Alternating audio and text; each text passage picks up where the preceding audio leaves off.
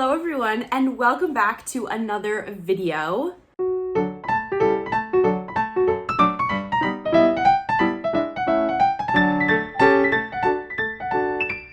We're getting snowed in this weekend, which I hate because everyone decides to go absolutely nutty and buy everything from the store, flip out fully, be all they can talk about, all they can post about. And in my mind, I'm like, guys, this happens every year, at least once a year, if not more. We should be used to this by now. Like, this should not be surprising. We shouldn't be this overwhelmed. Like, we live in the Northeast. We signed up for this, and this is normal. Anyways, I'm just tired of hearing about it, and I'm ready for it to be over. My husband did have to go into work today.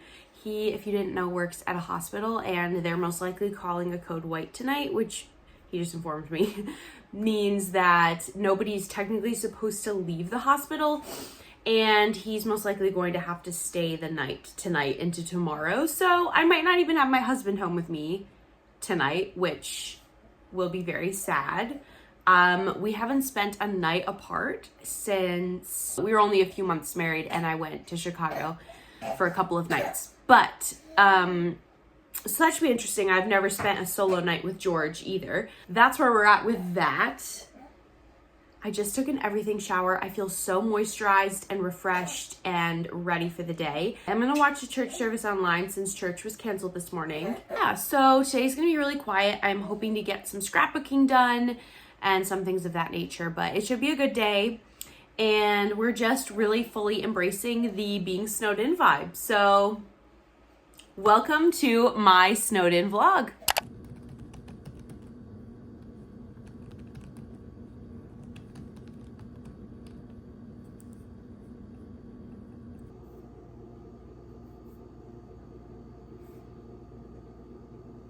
We're just taking a very good nap right now. So I'm gonna work on my scrapbook a little bit.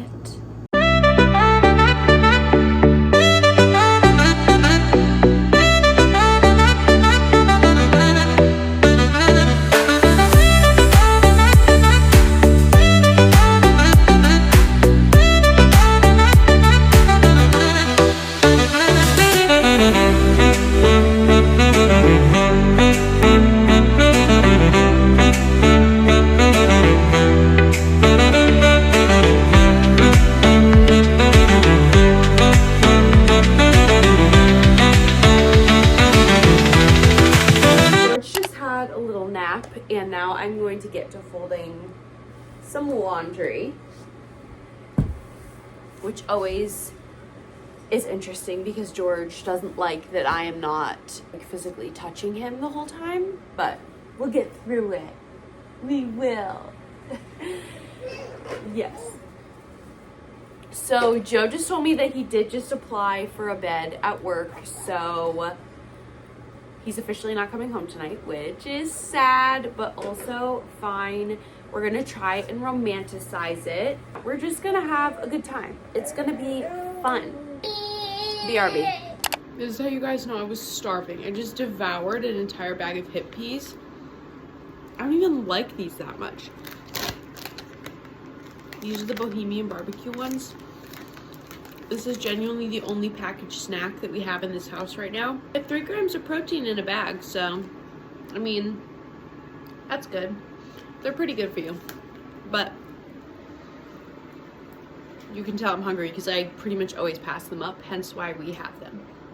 This is how we're romanticizing this tonight. Sorry for the horrible lighting. We're having ice cream, watching Downton Abbey, and doing our best not to think about the fact that we're all alone in the house.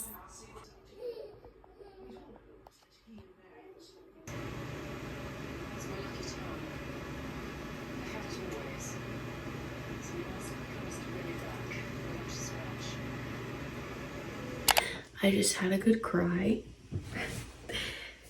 Just something painful from the past year came back up and really just hit me. And it's hard because I am not used to being alone. I'm used to always having someone to process things with. So when I don't have that, I'm like a little bit deer in the headlights about it. I'm a verbal processor. The world is a hard and confusing place, and I feel like I have to remind myself I can only take care of me. And if I don't know the full situation, I just need to like let it go and trust that the people who do know the whole situation and are in the situation are making the right decisions, and it comes from the right heart space. And I know I'm being really vague, but I can't get into it. But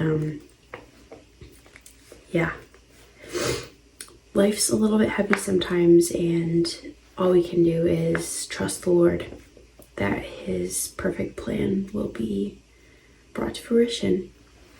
I finally got George down. He actually wasn't too difficult tonight. It's, what time is it? 10:51. But yeah, I'm gonna get ready for bed, and I thought while I do so, I could do a little Q&A session with you guys, and answer some questions. All right, the first question is kind of random, but are we gonna get a dog? My husband and I have both kind of decided that we don't want a pet unless it can like live fully outdoors.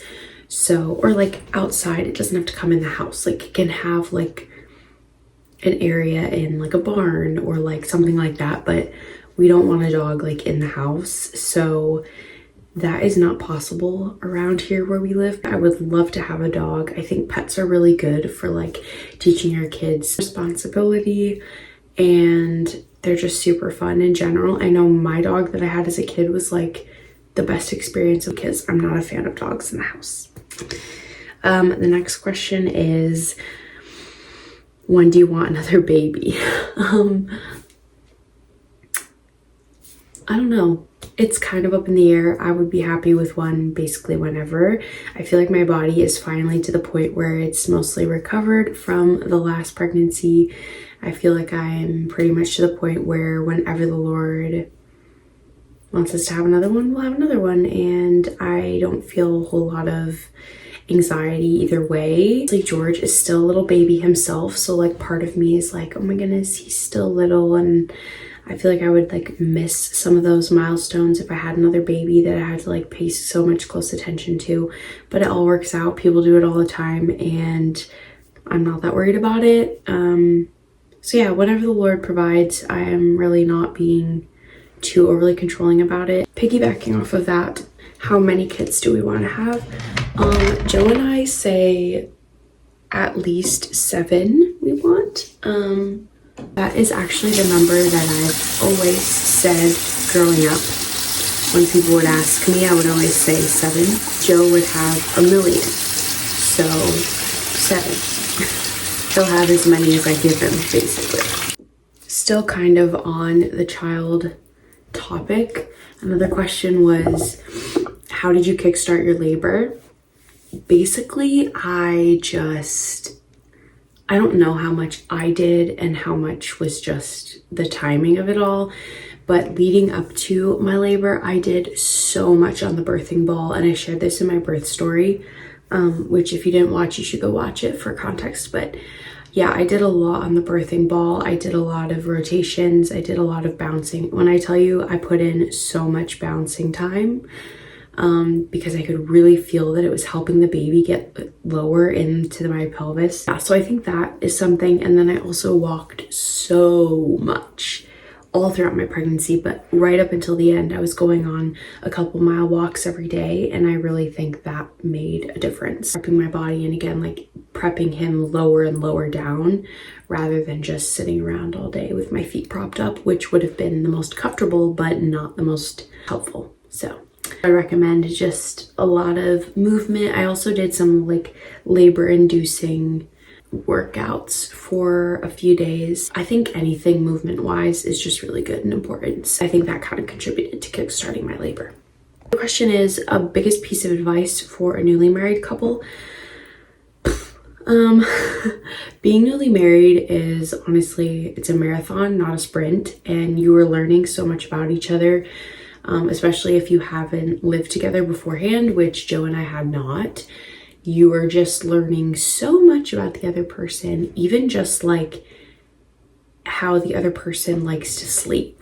Like, I feel like it's a misconception that when you first get married that you're like gonna cuddle and you're gonna be like all up in each other's space all night long. And while I bet you there's those couples out there who are like that because it takes all kind to make the world go round, I can in fact say that a lot of us are not that way. And I remember feeling like sad when we first were married, when it was like not comfortable to like be intertwined all night long, and that it was actually more comfortable for like him to go over here and me to go over here and like just have our backs touching, or like not even, depending on the night. You're just learning so much about each other. So I think the biggest piece of advice I would have is just like chill.